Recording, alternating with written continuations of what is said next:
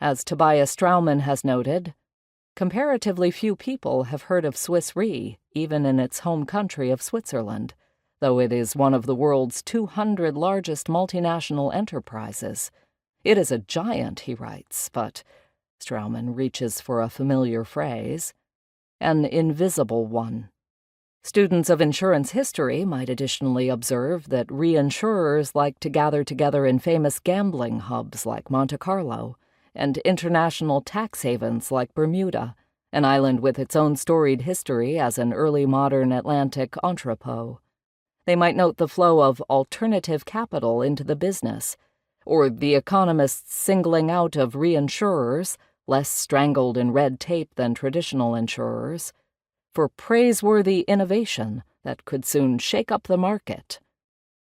There is more than a little here that should remind us of earlier eras, a fundamentally transnational business of enormous size, whose inevitably political bets attract little public attention.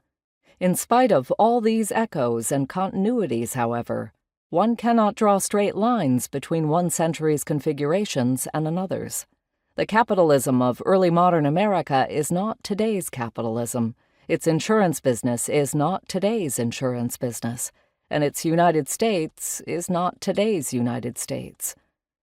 The history of American marine insurance in the Age of Revolution, in fact, offers little that is concretely useful for anyone who might wish to take up arms against the contemporary insurance business.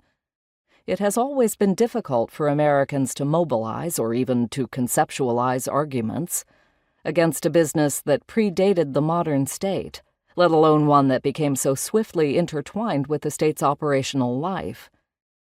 After the American Revolution, part of the power of insurance lay in its very elusiveness. It was not the pet project of a well-defined bourgeoisie, a set of specific corporations, a region of the country, or a political party.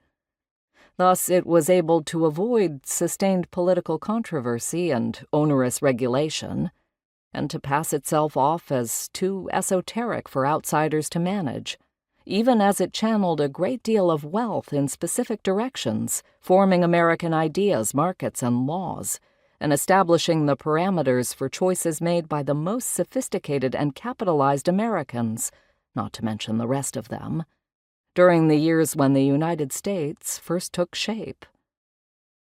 With the American Revolution and the first formative decades of national independence long past, our ability to change this situation would seem to be limited still further. Perhaps this is not the end of the world.